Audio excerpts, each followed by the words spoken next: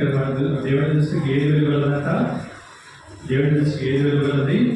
సాధువైన 4వ వచనంలో చూసినప్పుడు సాధువైనట్టు మృదువైనట్టునైనా గుణమును అక్షయాలంకారంగా మీరు అంతరంగ స్వభావము మీకు అలంకారంగా ఉండగలడు, అది దేవుని దృష్టికి విలువగలది.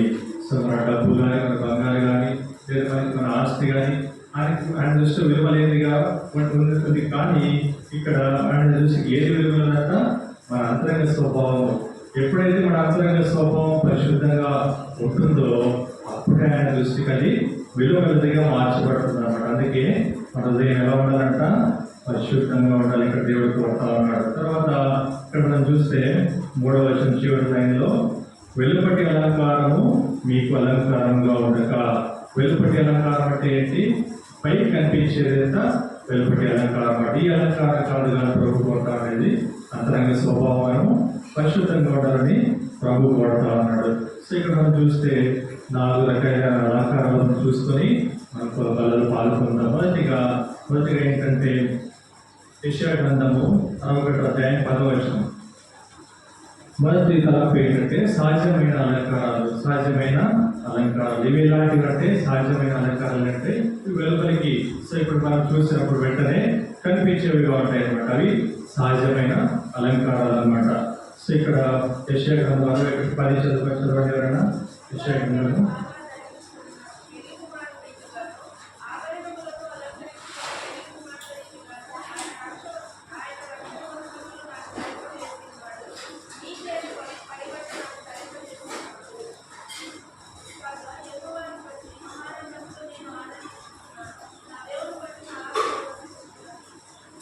చూసినప్పుడు ఎలాంటి వస్త్రాలను ధరింపజేశారంట? శృంగారమైన బాగా ధరించుకున్న పెళ్లి కుమారుడు. ఎవరి గుర్తుగా ఉన్నాడు? పెళ్లి కుమారుడు ఎవరి గుర్తుగా ఉన్నాడు? ఎవరి సాదృశ్యంగా ఉన్నాడు? పెళ్లి కుమారుడు యేసుక్రీస్తు ప్రభువుకి సాదృశ్యంగా ఉన్నాడు. సంఘం దేనికి సాదృశ్యంగా ఉంది? పెళ్లి కుమారుడే. సో పెళ్లి కుమారుడు ఇక్కడ చూసినప్పుడు శృంగారమైన బాగా ధరించుకున్న పెళ్లి కుమారుడు రీతిగాను, ఆభరణములతో అలంకరించిన పెళ్లి కుమార్తె రీతిగాను ఆయన మనకి ఎలాంటి వస్త్రాలు దయచేశారంట? రక్షణ వస్త్రాలు ధరింపజేశారంట. ఎప్పుడైతే ఈ రక్షణ వస్త్రాలు మనకు ధరింపజేశాడో మనకి ఏ అలంకారం మనకు అవసరం లేదన్నమాట. దేవునికి రక్షించిన వందనాలు అంతే. ఇంకా సో మనకి ఏ అలంకారం మనకు అక్కర్లేదని ఇక దేవుని వాక్యము చెప్తా ఉందన్నమాట. తర్వాత మనం చూసినప్పుడు సామెతలు 1వ అధ్యాయము ఇంకా ఎలాంటి అలంకారం మనం కలిగి ఉండాలని కోరుతున్నప్పుడు మనం చూసినప్పుడు సామెతలు 1వ అధ్యాయము 8-9 వచనం చదవండి.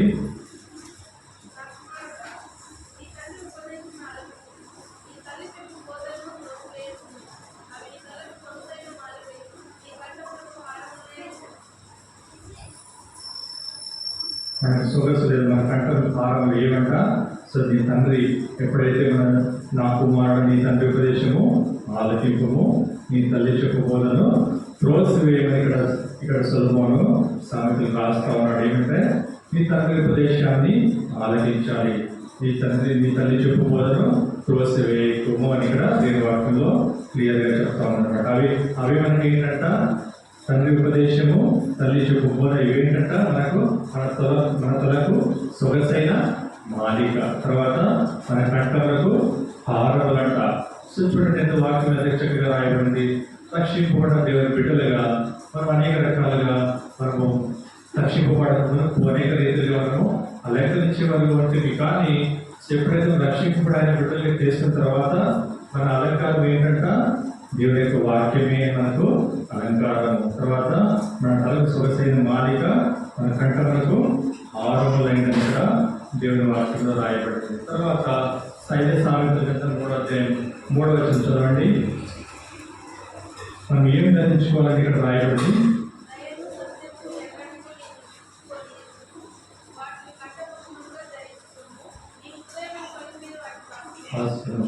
ఇక్కడ దైవ సత్యమును ఎన్నడూ విడిచిపోనీయకము. దైవ సత్యాన్ని మనము ధరించుకోవాలని దేవుని వాక్యం చెప్తా ఉంది. అందుకే అసలు వీటిని మనం ధరించుకోవాలి తప్ప వెలుపటి అలంకారం మనకు అక్కర్లేదు. దేవుని వాక్యము క్లియర్గా చెప్తా ఉందన్నమాట. సో దయ అంటే యేసుక్రీస్తు వారు దయగల దేవుడు వాక్యంలో రాయబడింది.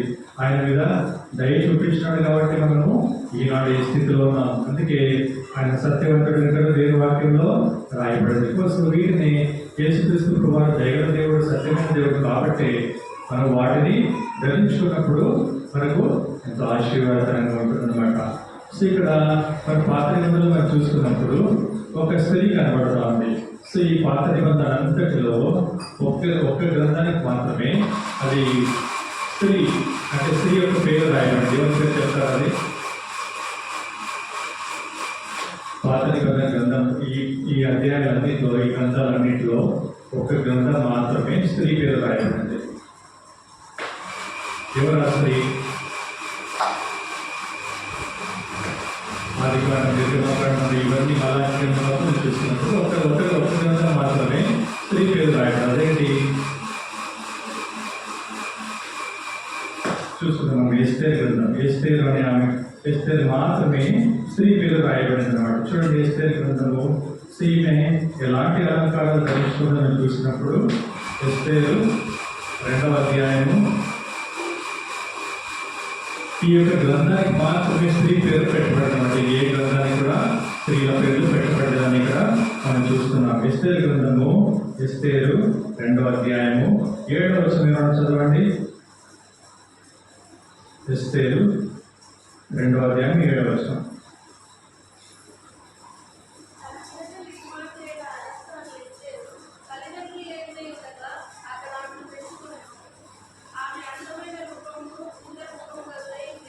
ఇక్కడ చూసినప్పుడు ఎస్తేరు ఎలా ఉందంట? ఆమె అందమైన రూపమును సుందర ముఖం గలదై ఉందని ఇక్కడ దేవుని వాక్యంలో రాయబడింది. తర్వాత కింది వచనంలో చూసినప్పుడు ఇక్కడ 4 విషయాలు మనం చూస్తున్నాం ఇదే అధ్యాయంలోనే. సో 9వ వచనం చూసినప్పుడు ఆ చిన్నది అతని దృష్టికి ఇంపైనది కనుక అని 9వ వచనంలో రాయబడింది మొదటి లైన్. తర్వాత ఇంకొక వచనం 15వ వచనంలో రాయబడింది. అదేంటంట? షండుడైన హేగే నిర్ణయించిన అలంకారం కాక ఆమె మరి ఏమీ కోరలేదు అని రాయబడింది. తర్వాత 20వ వచనంలో చూసినప్పుడు ఎస్తేరు మొర్దెకై యొక్క పోషణ కాలం చేసినట్టుగా ఇప్పుడు అతని మాటగా లోబడుచున్నది. ఇంకా మొర్దెకై తనకు ఆజ్ఞాపించిన ప్రకారం ఎస్తేరు తన జాతినైనను తన వంశంనైనను తెలియజేయక ఉండేను. ఇక్కడ ఎస్తేరు మనం ఎవరైనా మనం చూసినప్పుడు ఆమె తల్లిదండ్రులు లేనిదిగా అనాథగా ఇక్కడ మనం చూస్తున్నాం. సో మొర్దెకై అయిన వ్యక్తి ఆమె యొక్క పోషణ ఆమె యొక్క పోషణ చూసిన వాడిగా ఉన్నాడు. కానీ ఈ ఎస్తేరు ఎలాంటిదంతా చాలా అందమైన రూపం కలిగేది మాత్రమే కాకుండా సో ఆమె అది వెలుపటి అలంకారం అనమాట, పైకి కనిపించే అందం మాత్రమే. కానీ ఆమె హృదయం ఎలా ఉందని మనం చూసినప్పుడు 9వ వచనంలో ఆ చిన్నది అతని దృష్టికి ఇంపైనది కనుక. సో ఇక్కడ 8వ వచనం చివరి మనం చూసినప్పుడు ఎస్తేరు రాజు యొక్క నగరంకు తేబడి స్త్రీలను కాయి హేగే వశమునకు అప్పగింపబడేను అని రాయబడింది. ఎప్పుడైతే హేగే ఈ వ్యక్తి పేరు ఏం పేరు చెప్పండి, చెప్తే ఈ వ్యక్తి పేరు ఏం పేరు? హేగే. చెప్పండి, హేగే అనే వ్యక్తి యొక్క వ్యక్తి పేరు అనమాట. సో ఇక రాజా నగరం తేబడి హేగే అనే వ్యక్తి చేతికి అప్పగించబడింది అనమాట. సో ఎప్పుడైతే ఈ వ్యక్తికి అప్పగించబడిందో ఆయన దృష్టికి ఏమైందంట? ఇష్టంగా మార్చబడింది అనమాట. సో ఈ అందమైన రూపం మాత్రమే కాదు, కానీ ఆమె యొక్క ప్రవర్తన ద్వారా, ఆమె యొక్క నడవడిక ద్వారా, ఆమె యొక్క మాటల ద్వారా అతని దృష్టికి ఇష్టంగా మార్చబడింది అనమాట. సో ఇక్కడ మనకి నాకు చెప్పే తలపు ఏంటంటే మన హృదయం మాత్రమే కాకుండా కేవలం మన పై రూపం మాత్రమే కాకుండా ఎప్పుడైతే మన హృదయం పరిశుద్ధంగా అవుతుందో అప్పుడే మనము యేసుక్రీస్తు వారికి మన ఇష్టపూర్వక మనము మార్చబడతామని నాయక తలంపు అనమాట. అందుకే మనం ఎవరి వశంలో అప్పగింపబడాలి? ఒకప్పుడు మనం సాధారణ పద్ధతులు వంటివి, సాధారణ వశంలో వంటివి.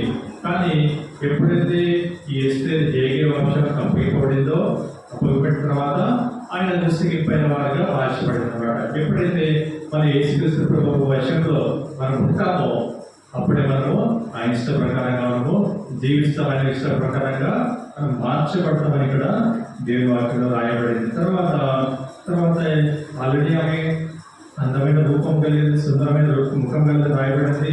తర్వాత ఇక్కడ మనం 15 వచ్చిన చివరి వచ్చిన చూసినప్పుడు హేగే నిర్ణయించిన అలంకారం కాక ఆమె మరి ఏమీ కోరలేదు, ఎస్తేరు చూచిన వారందరికీ ఆమె యందు దయ పుట్టిన రాయబడింది. సో హేగే అనే వ్యక్తి ఆమెకు ఏ అలంకారం అయితే నిర్ణయించాడో దాని తప్ప ఇంకా మరి ఏమి ఆమె కోరలేదని ఇక్కడ దీని వాక్యంలో రాయబడింది అనమాట. ఎప్పుడైతే ఆయన వర్షానికి ఎస్తేరు అప్పగింపబడిందో ఆయన దృష్టికి ఇష్టకరంగా మార్చబడింది. ఆయన దృష్టికి ఇష్టకరంగా మార్చబడిన తర్వాత ఆయన ఏదైతే నిర్ణయించాడో దానికి అలంకారం మాత్రమే ఆయన కోరింది, కానీ ఇంకే అలంకారం కోరలేదని ఇక్కడ దేని వాక్యం రాయబడింది. అందుకే ఎప్పుడైతే ప్రభు వశంలో మనం అప్పగింపబడతామో, ఆయన వశంలో మనం ఉంటామో, ఆయన ఏదైతే నిర్ణయిస్తాడో ఆ నిర్ణయానికి మనము కట్టుబడి ఉండాలి. ఎప్పుడైతే మనం ఆ నిర్ణయాన్ని కట్టుబడకుండా తప్పిపోతామో ఎంతో నష్టాన్ని కూడా తెచ్చేవారిగా మనం ఉంటామని దేవుని వాక్యం చెప్తా ఉంది. తర్వాత ఎప్పుడైతే ఈ వ్యక్తికి అప్పగిపడింది తర్వాత ఆమె వ్యక్తులు గర్వం వచ్చిందంటే గర్వం లేదన్నమాట. సో ఇక్కడ చూడండి 20 వచనంలో ఎస్తేరు, ఇది 2వ 20 వచనంలో ఎస్తేరు మొదటిగా పోషణ కాలం చేసినట్టుగానే ఇప్పుడు అతని మాటకు లోబడి చూడాను. ఏగి ఆయన వర్షం అప్పగింపబడింది, ఆయన కూడా లోపడతా ఉంది. ఎప్పుడైతే అనాథగా ఉన్నప్పుడు, తల్లి లేనిగా ఉన్నప్పుడు ఒక వ్యక్తి ఆయన ఆదరించాడు, ఒక వ్యక్తి మొదటికై. సో ఆ వ్యక్తి కూడా ఆమె లోపడతా ఉంది. సో తను హెచ్చిపోయిన తర్వాత ఎంత మాత్రం ఆమె తప్పిపోలేదు, కానీ తన పిల్లలు తను పోషించిన వ్యక్తి అయినా మొదటికై కూడా ఆమె లోపడతా ఉంది అనమాట. అందుకే ఈ ఎస్పీ మనకి ఏం జ్ఞాపకం చేస్తా ఉందంటే ఆమె వెలుపటి అలంకారం అంటే ఆమె పై రూపం మాత్రమే అలంకారం ఉంది, కానీ అలంకారం కాకుండా ఆ హృదయం కూడా ఎలా ఉందంట, పరిశుద్ధంగా ఉంది. హృదయం కూడా పరిశుద్ధంగా ఉంది. ఆయన వర్షానికి అప్పగించినప్పుడు తర్వాత ఆయన లోపడుతూ వచ్చింది అనమాట. ఏదైతే నిర్ణయించాడో అలంకారము దాని తప్ప మనం ఏది కోరలేదు ఇక్కడ దేవుని వాక్యంలో రాయబడింది అనమాట.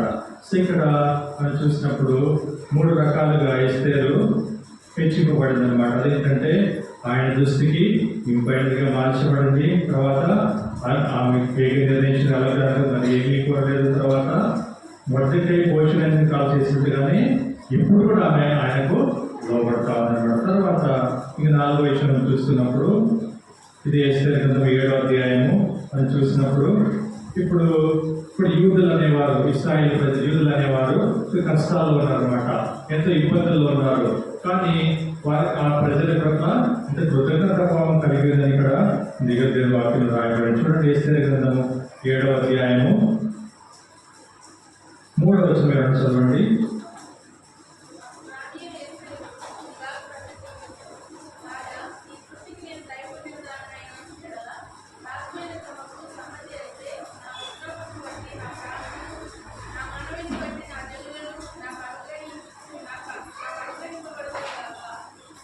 చూసినప్పుడు అంతకుముందు అధ్యాయం చూసినప్పుడు ఈ ఆశ్చర్య విషయం రాజు ఏం చేస్తాడంటే యూదులను సంహరించాలని ఒక ప్లాన్ చేసినప్పుడు ఇప్పుడు ఎస్తేరు ఏం చేస్తుందంటే తన ప్రజల్ని ఎలాగైనా రాజు చేసి మనవి చేసి నా ప్రజలను రక్షించుకోవాలనే ఉద్దేశంతో ఇక్కడ రాణి విధంగా మనవి చేస్తా ఉందన్నమాట. కానీ మన ఏమైనా మనవి చేస్తా ఉంది, నా విజ్ఞాపం బట్టి నా ప్రాణము నా మన బట్టి నా జనులు నా కనులు ఏర్పడతారు. సో మనం కూడా ఏం చేయాలంటే ఈ ప్రభు వర్షానికి మనము అప్పగింపబడాలి, ఆయన దృష్టికి ఇంపైన వారిగా మార్చబడాలి. తర్వాత ఆయన ప్రభు మనకు ఏదైతే నిర్ణయించాడో ఆ నిర్ణయానికి మనము కట్టుబడి ఉండాలి. తర్వాత దేవుని ప్రజలేడలా దేవుని మనము కృతజ్ఞత భావం కలిగి ఉండాలని ఎస్తేరు మనకు జ్ఞాపకం చేస్తా ఉందన్నమాట. తర్వాత రెండవదిగా మనం చూసినప్పుడు ప్రకటన గ్రంథము 3వ అధ్యాయము 1వ ప్రకటన గ్రంథము 3వ అధ్యాయము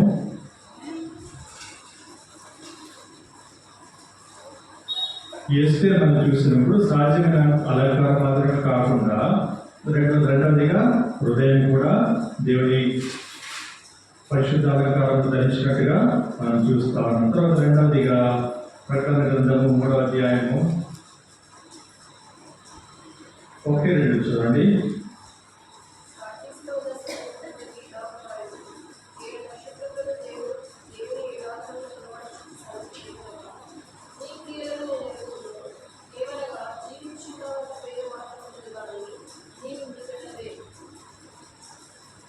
రెండు వచ్చింది.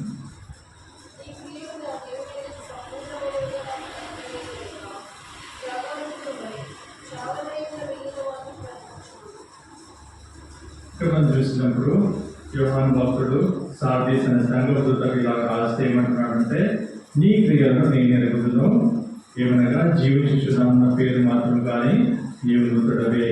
ఇది మనం మొదటిగా చూసినప్పుడు సహజమైన అలంకారాలు అంటే వెలుపటి అలంకారం అందరికీ కనిపించే అలంకారాలు అనమాట. కానీ ఈ రెండవదిగా బాహ్య అలంకారాలు రెండోదిగా అదేంటంటే మన క్రియలు ఏం చేస్తారంటే అందరికీ మంచిగా కనబడతాయి. కానీ ఒక సంఘంలో ఇక్కడ మన మధ్యలో ఉన్నప్పుడు ఒక ప్రవర్తన చక్కగా ఉంటుంది, తర్వాత బయటికి వెళ్ళినప్పుడు మన ప్రవర్తన వేరేగా ఉంటుంది. ఇక్కడ దేవుడి వాక్యము జ్ఞాపకం చేస్తున్నది అదేంటంటే, నీ క్రియలు నేను ఎరుగునేవనగా జీవించుచున్నాను పేరు మాత్రం కానీ నీవు మృతుడవే.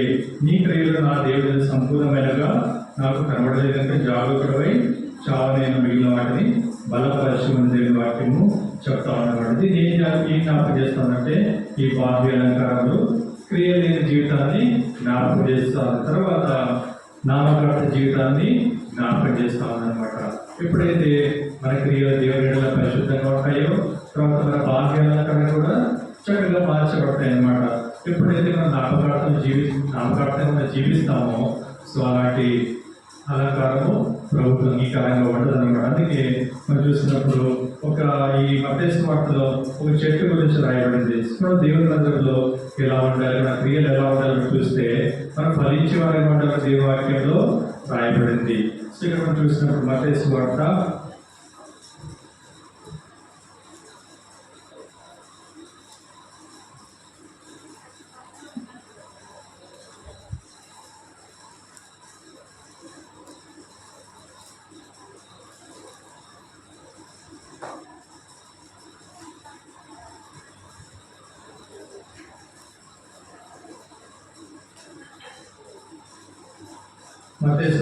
7వ అధ్యాయము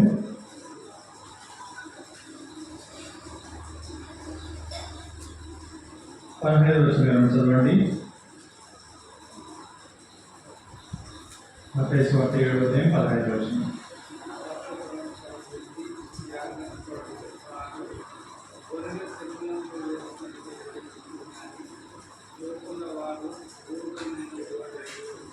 ఈ భాగంలో చూసినప్పుడు దేవుడు అయితే మన అక్కడ వచ్చినప్పుడు పరిశుద్ధంగా ఉండాలని ప్రభు కోరుతా ఉన్నాడు. కానీ ఇక్కడ మనం చూసినప్పుడు 15 వచ్చిన అబద్ధ ప్రవక్తలు జాగ్రత్త వారు గొర్రెల చెరువులు వేసుకుని మీదకి వత్తులు కానీ లోపల వారు క్రూరమైన తోడేళ్ళు. సో మనలోని వాటిని చూస్తున్నప్పుడు సాతాను గడ్డి సింహాలు ఎవరికి దిగదని ఎదురు చూస్తున్నాడంట.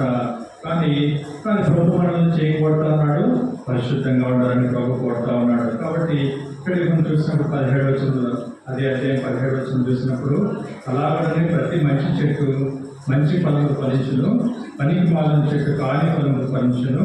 మంచి చెట్టు కాని ఫలము ఫలింపనేరదు, పనికి మాలిన చెట్టు మంచి ఫలములు ఫలింపనేరదు.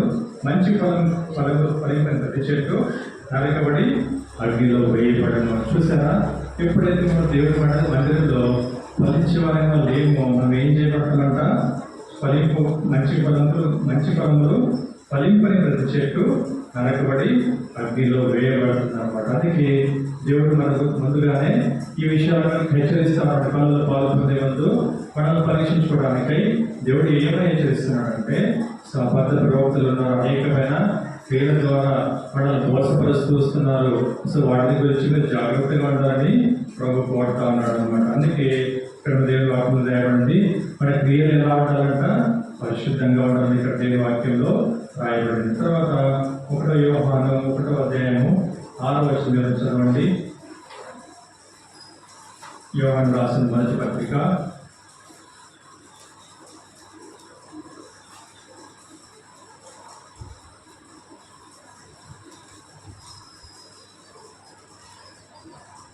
1వ అధ్యాయం 6వ వచనం.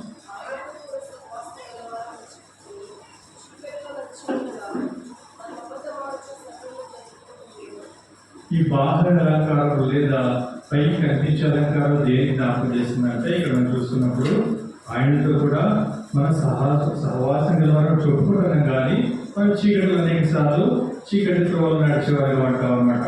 సో వీటిని చేయడం ద్వారా మనం ఏం చేస్తామంటే అబద్ధం ఆడేవారిగా ఉంటాం. దేవుని వాక్యంలో క్లియర్గా చెప్తామంటే మనం బలలో పరీక్షించుకోవాలన్నమాట. నిజంగా ఆయనతో సహవాసం చక్కగా ఉందా, దేవుడి ప్రజలతో సహవాసం చక్కగా ఉందా, దేవుడి ప్రజలతో సహవాసం చక్కగా ఉందా, సరే మనం పరీక్షించుకోవాలన్నమాట. ఆయనతో సహవాసంగా చెప్పుకొని ఎప్పుడైతే చీకటిలో నడుస్తామో సో మనము ఈ అలంకారము, ఈ పరిశుద్ధమైన అలంకారము ధరించుకొని మనం దేవుడి వాక్యంలో రాయబడింది.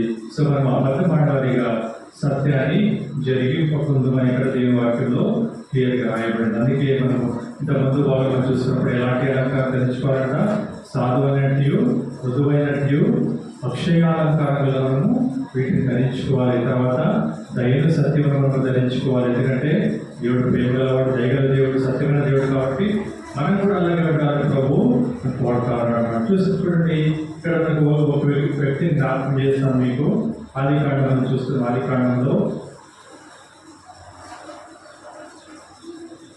ఆదికాండము 28వ అధ్యాయము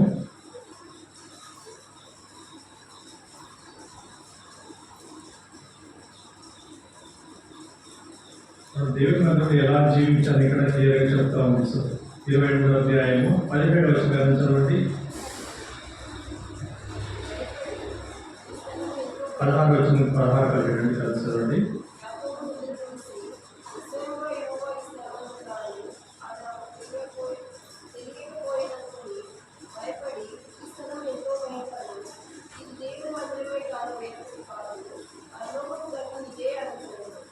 ఇక్కడ యాకోబు నిద్ర లేచిన తర్వాత మేము ఏమంటున్నాడు, నిశ్చయంగా యెహోవా ఈ స్థలం అంటున్నాడు. సో దేవుని మందిరానికి మనం వచ్చినప్పుడు మనం ఎలా జీవించాలంటే మనం ఎవరు నాకు అవసరం లేదు, ఏ మనిషికి కూడా అవసరం లేదు. మనం ఎందుకు వస్తున్నాం? దేవుని ఆరాధించడానికి వస్తున్నాం, ఆయన స్థుతించడానికి వస్తున్నాం. కాబట్టి ఎవరి ప్రవర్తన మనం అవసరం లేదు. కానీ మన యొక్క సొంత ప్రవర్తన మనం ఎప్పుడైతే మనం పరీక్షించుకుంటామో అది మనకు ఆశీర్వాదం. అందుకే ఈ స్థలం అంతా దేవుడు ఉన్నాడని మనం గ్రహించి మనం ఆయన మందిరానికి రావాలి. సో ఒక వ్యక్తిని చూసినప్పుడు మనము ఆరాధించలేము, ఒక వ్యక్తిని మనం చూసుకున్నప్పుడు మనము బలలో పాల్గొనలేము. ఎప్పుడైతే దేవుడి దృష్టిలో ఎప్పుడైనా మార్చబడతామో, ఈ స్థలంలో దేవుడు ఉన్నాడని ఎప్పుడైతే మనం గ్రహిస్తామో అప్పుడే మనకు ఆశీర్వాదకరం. అందుకే ఇప్పుడు ఏం చేస్తున్నాడు యాకోబు? నిశ్చయంగా యెహోవా ఈ స్థలం ఉన్నాడు కనుక ఈ స్థలం ఎంతో భయంకరము. ఇది దేవుడి మందిరం కానీ వేరొకటి కాదు, ఇది మనుషుల మందిరం కాదు, లేదా మనుషులు నిర్మించిన మందిరం కాదు. ఇది దేవుని యొక్క మందిరం. మనము ఎప్పుడైతే మనం దేవుని మందిరానికి వస్తామో అప్పుడే మన హృదయము పరిశుద్ధమైనదిగా మార్చబడుతుంది. తర్వాత ఈ స్థలానికి ఏం పేరు పెట్టాడని మనం చూసినప్పుడు 19వ వచనం చూడండి. ఫస్ట్ లైన్ చదవండి. బేతేల్ అని పేరు పెట్టాడట. స్థలానికి ఏం పేరు పెట్టాడట? బేతేల్ అని పేరు పెట్టాడు. సరే కింద పుట్టుకుంటూ మనం చూసినప్పుడు బేతేల్ అంటే అర్థం ఏంటి? దేవుని మందిరము. తర్వాత ఇంకొక భాగం అయితే ఆదికాండం 35వ అధ్యాయం మనం చూసుకుందాం. 35వ అధ్యాయం, ఆదికాండం 35వ అధ్యాయము. తిరిగి ఆయన బేతేలుకి వచ్చినట్టు మనం చూస్తా ఉన్నాం. అక్కడ ఆ స్థలంలో అక్కడ ఉండి ఆయన ఈ స్థలంలో దేవుడు సాక్ష్యం ఇచ్చాడు యాకోబు. తిరిగి 35వ అధ్యాయం మనం చూసినప్పుడు దేవుడు యాకోబుతో 35వ అధ్యాయం 1వ వచనం, ఆదికాండం 35 1వ వచనంలో చూసినప్పుడు దేవుడు యాకోబుతో నీవు లేచి బేతేలుకి వెళ్ళి అక్కడ నివసించి నీ సహోదరుడైన ఏశావు తండ్రి నీవు పారిపోయినప్పుడు నీకు కనబడిన దేవుడికి అక్కడ బలిపీఠం కట్టమని చెప్పగా, ఇక్కడ దేవుడు యాకోబుకి ఏమని ఆజ్ఞయిస్తున్నాడు? నీకు కనబడిన దేవుడికి అక్కడ ఒక బలిపీఠం కట్టాలి అని ఇక్కడ యాకోబుకు దేవుడు ఆజ్ఞాపిస్తున్నాడు అనమాట. సో ఎప్పుడైతే ఆ బలిపీఠాన్ని కట్టడానికి యాకోబు వచ్చినాడో అతను చేసిన పనులు ఏంటి మనం పెట్టి జ్ఞాపకం చేస్తున్నాం. ఇక్కడ 2 వచనం 2, 3 కలుస్తున్నాయి చదవండి.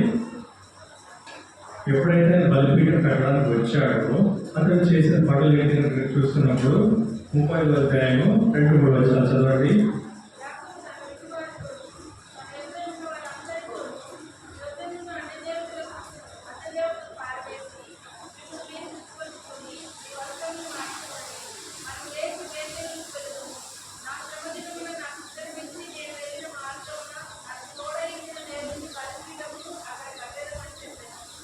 4 చూపెడతారు.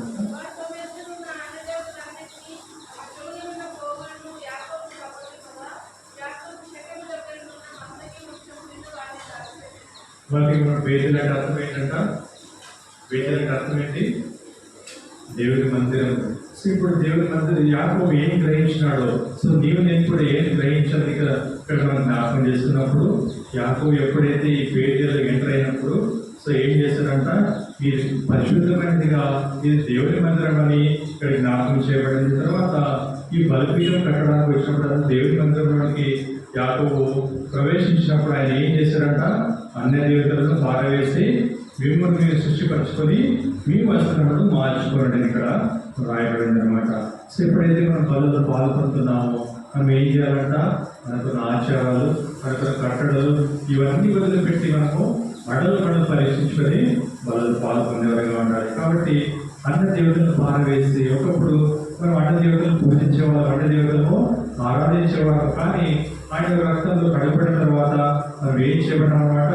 ఈ అన్న దేవతలను వీటన్నిటిని విసర్జించినమాట. వీటిని విసర్జించడం ద్వారా ఆయన మందిరానికి వచ్చాము, ఆయన చెందుకు వచ్చినాం. కాబట్టి యాకోబు చేసిన పని మనం కూడా చేయాలని ప్రభు వాడుతున్నాడు. ఏంటంట?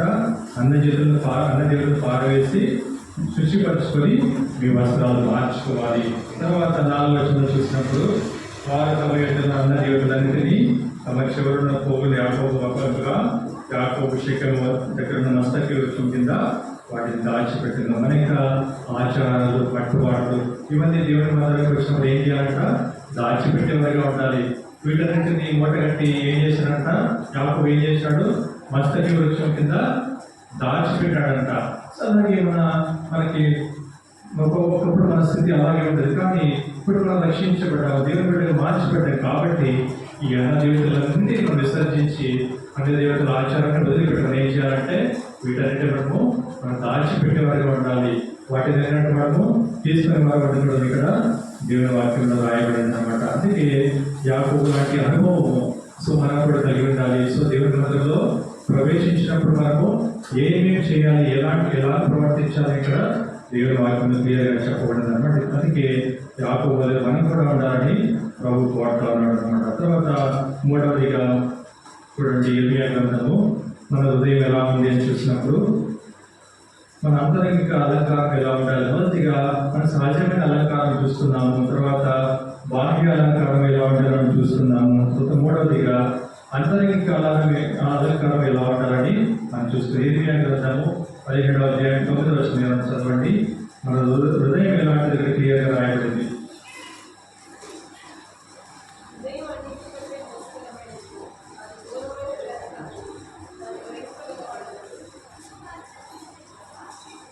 చూస్తే హృదయం అన్నిటికంటే మోసకరమైన, అది ఘోరమైన వ్యాధి కలిగి కానీ గ్రహింపగలవాడేవాడు అని రాయబడింది. మన హృదయం ఎలాంటిదంట? ఒకప్పుడు మన హృదయం, మన అంతరంగిక స్వభావం ఎలా ఉండేది? మోసకరమైనదిగా ఉండేది అనమాట. అది ఘోరమైన వ్యాధి కలిగిగా ఉండేది. కానీ యేసుక్రీస్తు ప్రభువు రక్తం ద్వారా ఆయన మన హృదయాన్ని మార్చినట్టుగా మనం చూస్తా ఉన్నాం. అందుకే మన లోపటి అలంకారం కాక సో అపరిశుద్ధమైన అలంకారం ఒకప్పుడు మనం కలిగి ఉంటుంది. సో ఇక్కడ మోసకరమైన హృదయం కలిగి ఉన్నాము. తర్వాత ఘోరమైన వ్యాధి కలిగి ఇక్కడ రాయబడింది.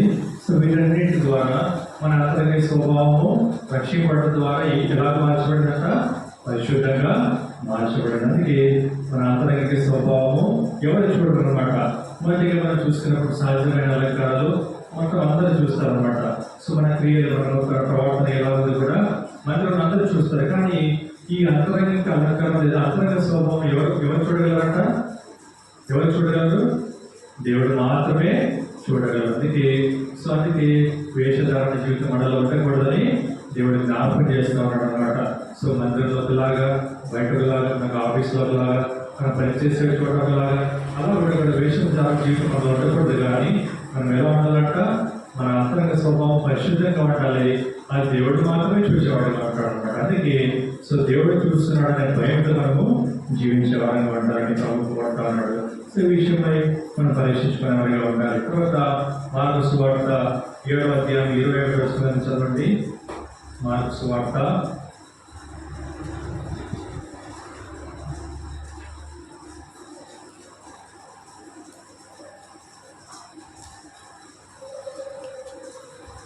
7వ అధ్యాయము 21వ వచనం. మన అంతరంగ స్వభావం ఒకప్పుడు రక్షింపబడిన వరకు మన అంతరంగ స్వభావంలో ఏమి ఉండేది మనం చూస్తే ఇక్కడ రాయబడింది. 7:20 చదువు.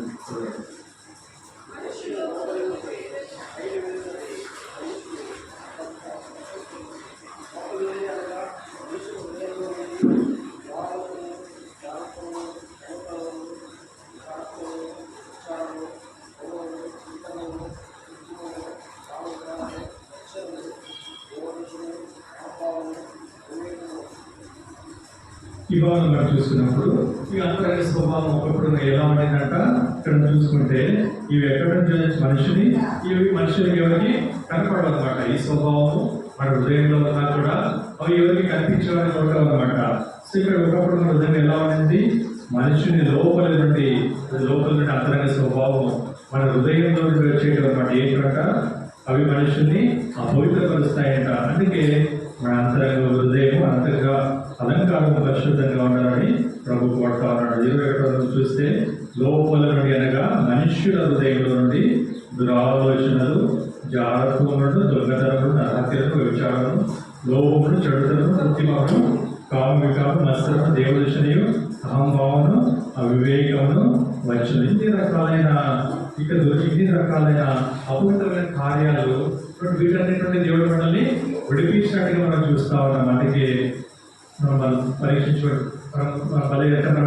పరీక్షించుకోవాలి. ప్రభావ ఒకప్పుడు ఈ స్వభావం నాలో ఉంది, కానీ పరిశుద్ధమైనది కానీ యొక్క వాక్యం ద్వారా పరిశుద్ధమైన అలంకరణ అనుగ్రహించిన ప్రభావ. సో ఒకప్పుడు నా హృదయము అపవిత్రమైన ప్రభావం మనము పరీక్షించుకోవాలి ఉండాలన్నమాట. ఎప్పుడైతే మనము ఆయన రక్తంతో కడుగుబడి అప్పుడు రక్షణ పొందిన తర్వాత, బాప్తిసం తీసుకున్న తర్వాత, ఆయన రక్తం కడుగుబడిన తర్వాత మనకి ఎలాంటి ఫలాలను కలిగించారంట. ఎప్పుడైతే వీటన్నిటి నుండి విసర్జించినప్పుడు మనము ఎలాంటి మన హృదయంలో వచ్చినాయంట, ఆత్మఫలాలు మన హృదయంలో వచ్చినట్టుగా మనం చూస్తాము. అవి వీటన్నిటి కలిసి రాష్ట్రంలో రాయబడింది. సో వీటన్నిటి మనం విడిపించబడడం ద్వారా మన హృదయంలో ఏమొచ్చాయని మనం చూసినప్పుడు గలతీయులకు రాసిన పత్రిక 5వ అధ్యాయము 22వ వచనం చదవండి.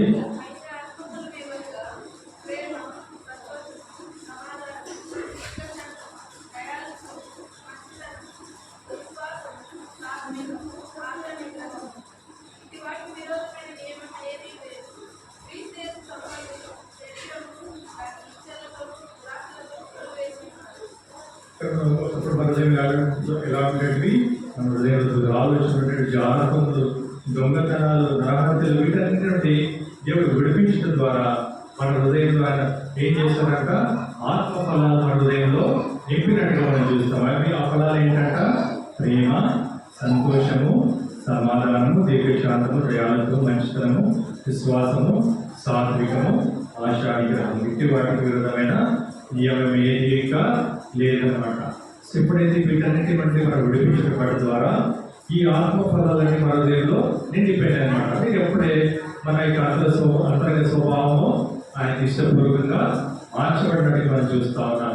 సో మన అంతరంగ స్వభావం ఎవరు చూడరని దేవుడు మనకు ఇంత మాట్లాడుతున్నాడు కదా, ఎవరు చూడరు, దేవుడు మాత్రమే చూడగలడు. ఒకవేళ మన హృదయంలో దురాలోచనలు ఉన్నా కూడా అది ఏ మనుషుడు కనిపెట్టలేడు. ఒకవేళ మన హృదయంలో ఇంకా వేరే దొంగతనం, జాగ్రత్తలు కానీ అనుమతులనేవి ఉన్నప్పుడు అది ఎవరు కానీ చూడలేదు.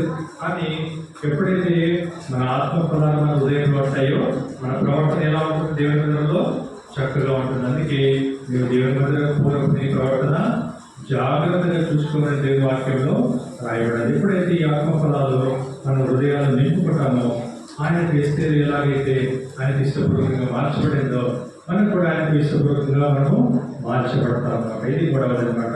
చివరిగా కీర్తన గ్రంథం 29:9 మొదటిగా చదువుతున్న ప్రకారంగా మనం ఎలాంటి అలంకారాలు కలిగించాలి, మొదటిగా సహజమైన అలంకారాలు, తర్వాత బాహ్య అలంకారాలు, తర్వాత అంతరంగమైన అలంకారాలు, తర్వాత చివరిగా పరిశుద్ధ అలంకారం అనే దేని వాక్యంలో రాయబడింది.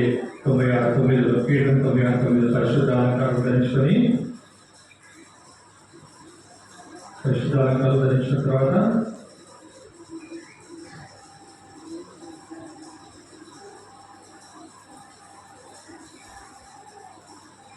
పరిశుద్ధ అలంకారం ధరించుకునే యెహోవాకు నమస్కారం చేయుడి. సో పరిశుద్ధ అలంకారమును ధరించేవారిగా ఉండాలన్నమాట. తర్వాత ఎలా పరిశుద్ధమైన అలంకారము ధరించుకోండి అని చివరిగా మనం చూస్తున్న వాళ్ళు పాల్గొందాం. చూద్దాం. తిమోథీయులకు రాసిన మొదటి పత్రిక 2వ అధ్యాయము. ఈ పరిశుద్ధమైన అలంకారం అంటే ఏంటి మనం చూసినప్పుడు, సో మొదటి తిమోథీ 2వ అధ్యాయము 7 నుంచి 10 వచ్చిన చదవండి ఎవరైనా. తిమోథీయులకు రాసిన మొదటి పత్రిక 2వ అధ్యాయము 7 నుంచి 10 వరకు.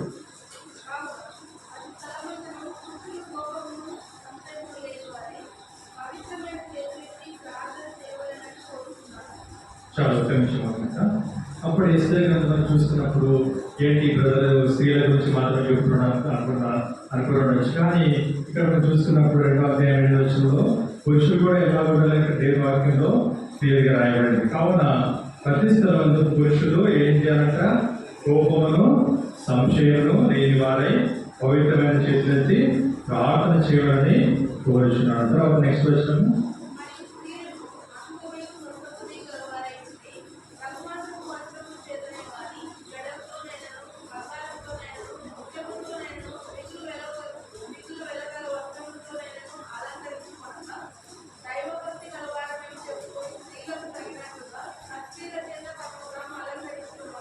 చాలు.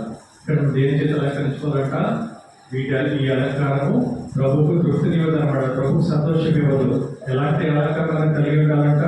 సత్క్రియల చేత మనము తమను తాము అలంకరించుకోవాలని దేవుని వాక్యము క్లియర్గా రాయబడింది. ఎప్పుడైతే సత్క్రియలు మనం అలంకరించుకుంటామో సద్యానికి ఇష్టపూర్వకంగా మనము దేవునికి ఇష్టపూర్వకంగా మనము మార్చబడటం ఇక్కడ దేవుని వాక్యంలో క్లియర్గా రాయబడింది. అంటే పరిశుద్ధ అలంకారం ఎప్పుడైతే ధరించుకుంటామో ఇంకొక చూడండి రాయబడింది. అంటే పరిశుద్ధత లేకుండా ఎవడనో ప్రభువు చూడలేని రాయబడి. చూడండి కొలస్సీయులకు రాసిన పత్రిక 3వ అధ్యాయం 12వ వచనం చదవండి. కొలస్సీయులకు రాసిన పత్రిక 3వ అధ్యాయం 12వ వచనం.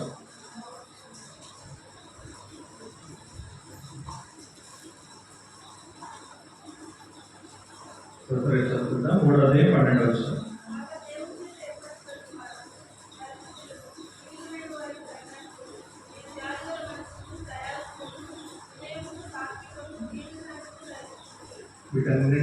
ఇవన్నీ ధరించుకోవడానికి చాలా కష్టం బ్రదరటమా.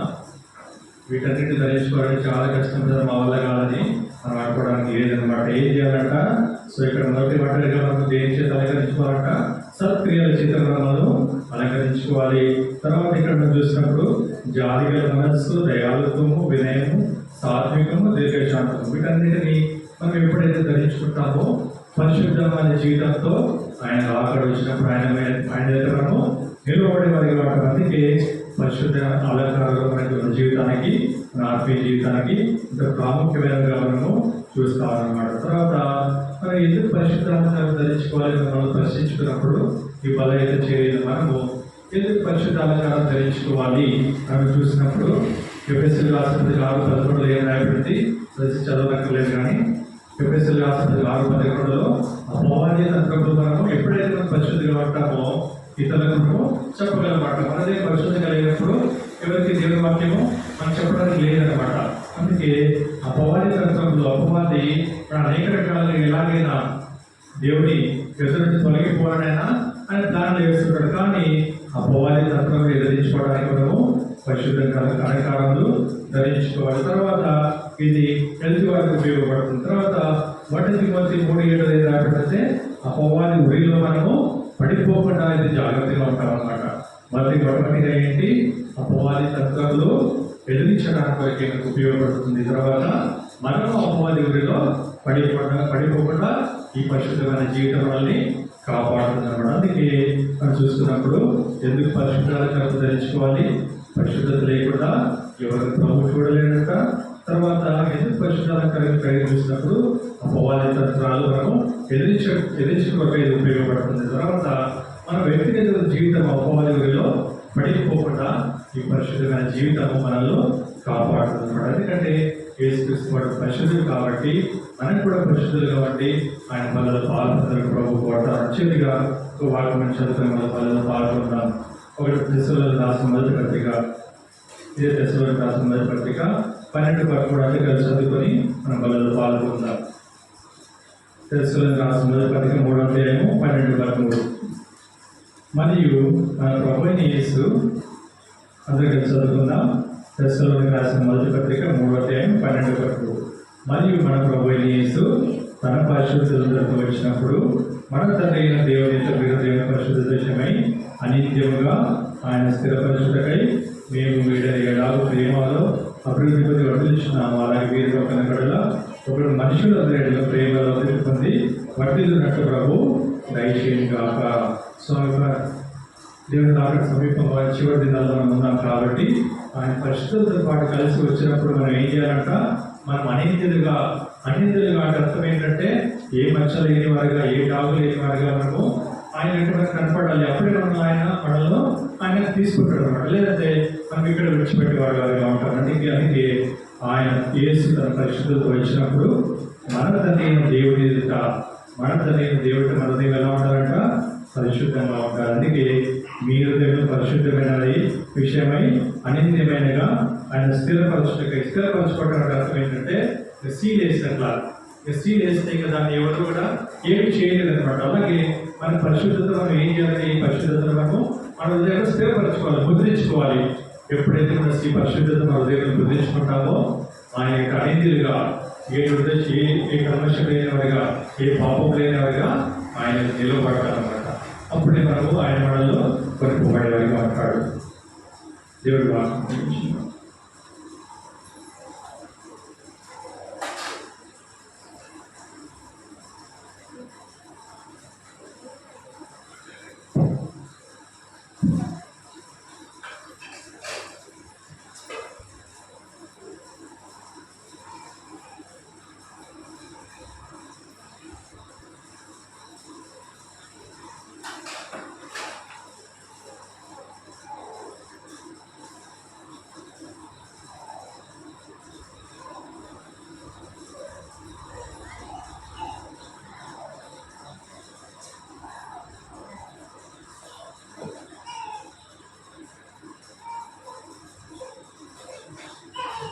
ప్రేమగల మా తండ్రి, నమ్మకమైన దేవ యేసు ప్రభు నామమున మీకు వందనాలు స్తోత్రాలు.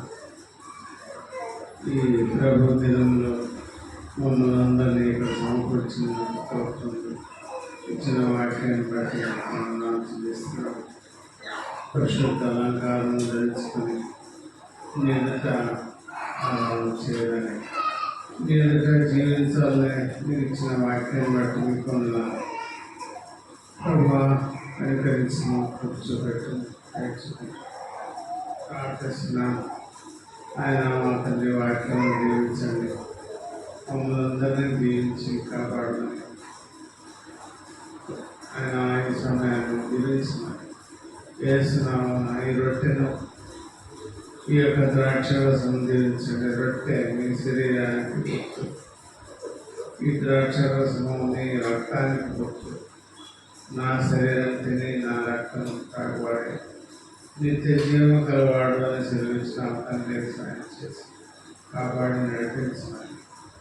యేసునామమున ప్రార్థించి వేడుకుంటున్నాం తండ్రి, ఆమేన్. దయచేసి బలాన్నిచ్చే సభలు రండి.